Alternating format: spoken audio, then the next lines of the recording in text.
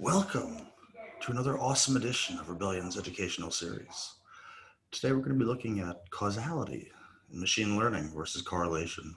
A huge topic that has taken my interest for decades now, and one that my guest has a lot to say. Darko, thank you so much for coming on today. Thank you so much for having me. Oh no, as the CEO of causaLens, you're one of the coolest people out there in causality, and your reputation precedes you. Some of the smartest friends I have in data think very highly of you and your company. So I'm excited to learn about causaLens and your views on causality versus correlation.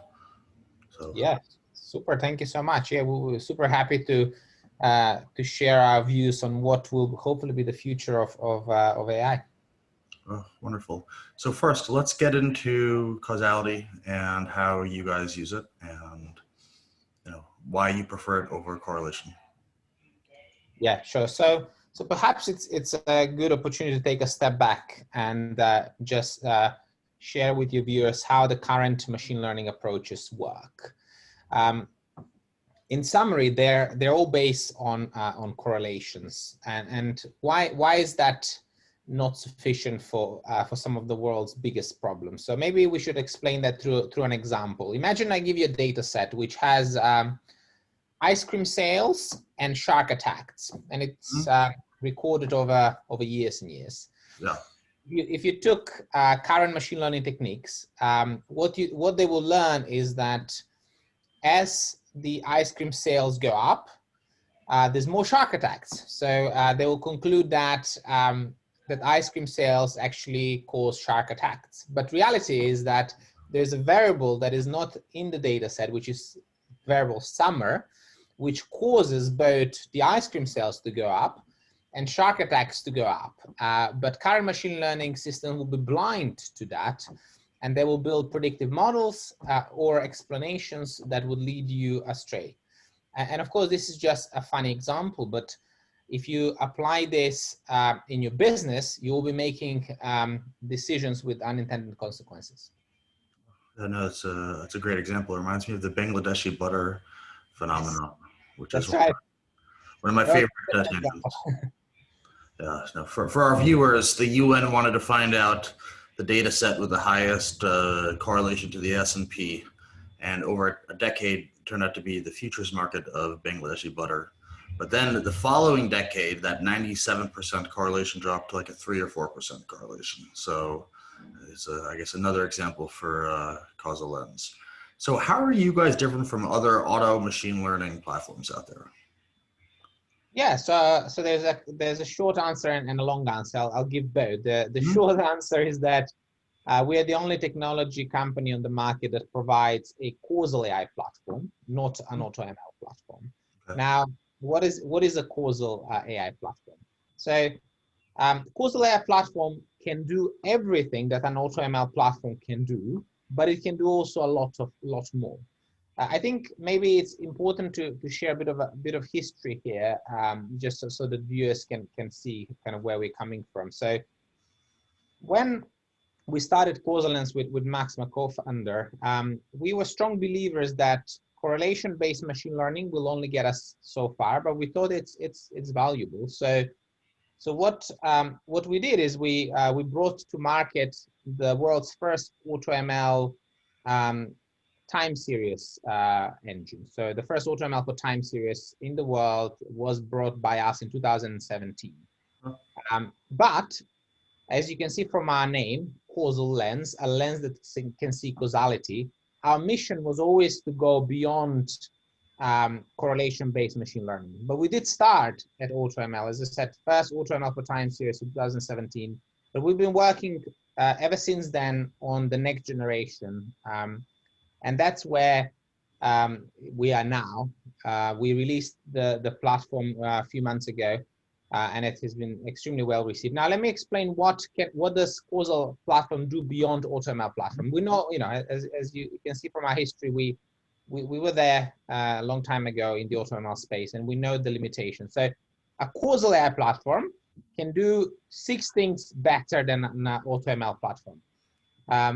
Number one, it performs a lot better and generalizes a lot better in the real world. So performance in the real world is just a lot better because it generalizes a lot better. And to understand why this is the case is AutoML assumes that the past and the future are going to be similar.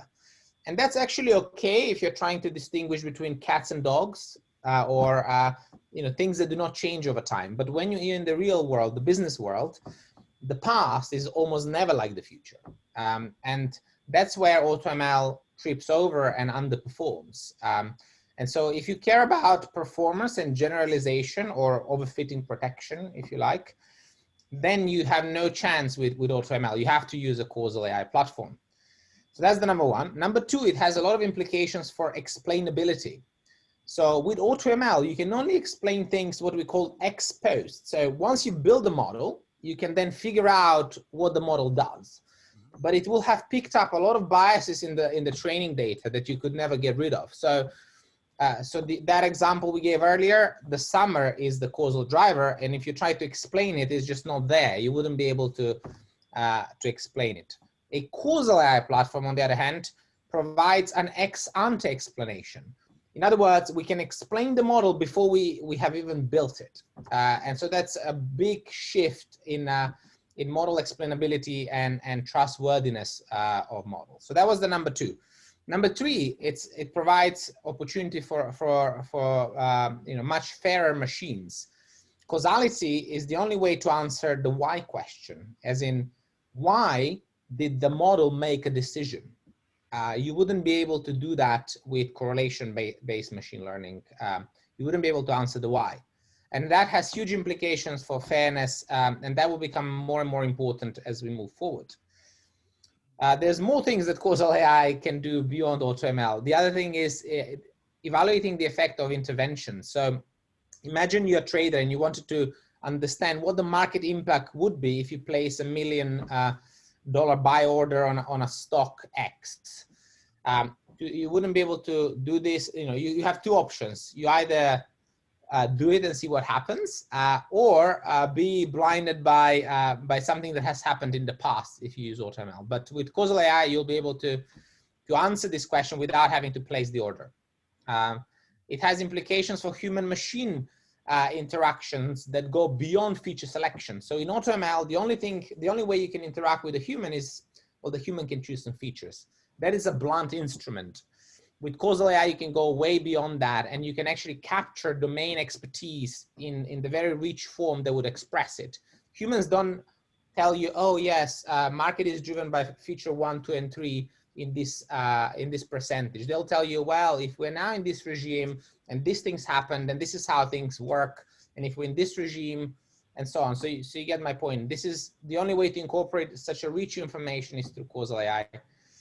And finally, one of the most exciting things you can do with causal AI, you can let machines imagine. They can teach themselves without having to observe data. So if you try to understand a question like, I don't know, how would my portfolio have performed if the base rate was 0.5 instead of 0.2? The machine has to imagine this. It hasn't happened. It has to imagine it and then tell you the answer. So there's some 6 things that you could do with causal AI platform that you can't do with an AutoML platform. But there's more. That's very interesting. I see a lot of merits to causal AI. I'm still a predictive guy, and I agree it's tough to interpret predictive AI.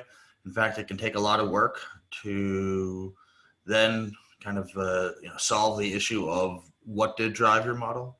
And it's not always so feasible, but I see causal AI as a fantastic engine for a lot of medians, if you will. And so I'm never one who says always deep, always reinforcement. And I was very negative on deep learning, I'll tell you, Darko, for a while, but there are some applications of deep learning where it makes sense to use deep learning over reinforcement learning or a causal situation. Though I agree with you that in finance, mostly deep learning is generally useless. I would say most of the time. So, all of your reasons were definitely very good. So What do you think about our current market situation? Does your platform have a forecast on the actual market itself, or is it just more specific trades and environments? I mean, will your platform come out and say the SPY is a sell, whereas the Chinese large cap is a buy, or can it be that specific? Absolutely. We are in the business of providing the best, platform to our clients, and our clients can then decide what to do with it. They could certainly answer all the questions that you outline, and in fact, they do.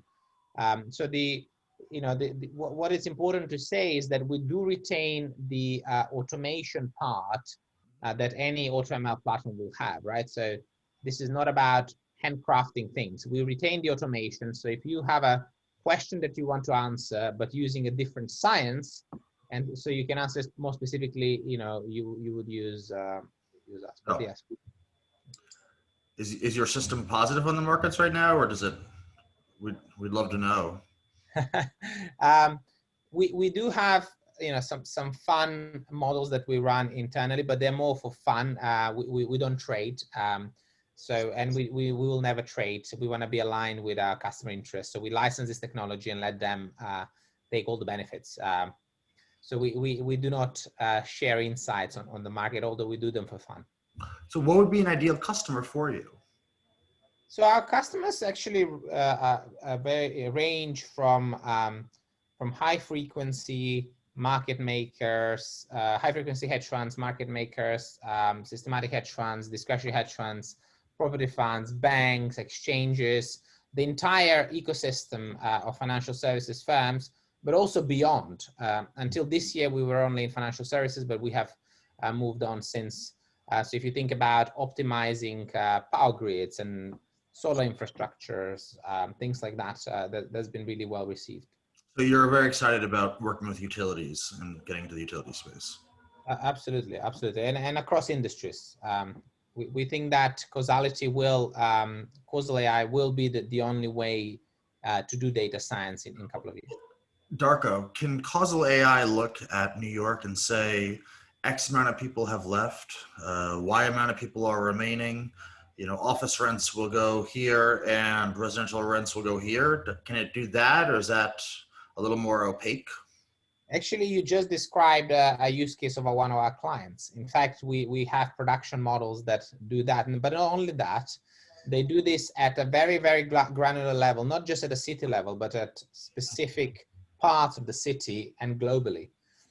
So we have, that's exactly what models, one of our clients has in production, and they can do, more than just prediction. They can imagine scenarios that haven't happened yet, perform what if analysis in a lot more meaningful way, and so on.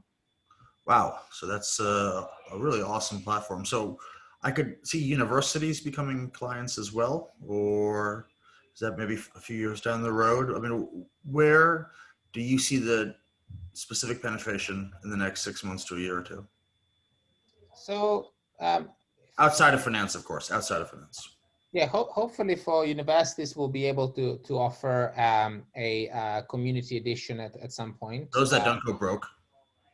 Sorry? I said those that don't go broke. Unfortunately, coronavirus is wreaking havoc in the education space right now. Yeah, hopefully not. And we can hopefully provide a community edition. But for us, outside finance, we're focused a lot on the retail space, on the energy, insurance. You say retail, are you talking about pricing? TJ Maxx pricing sweaters in various environments? I mean, can you do product pricing? Yes, but you can do cooler things beyond pricing.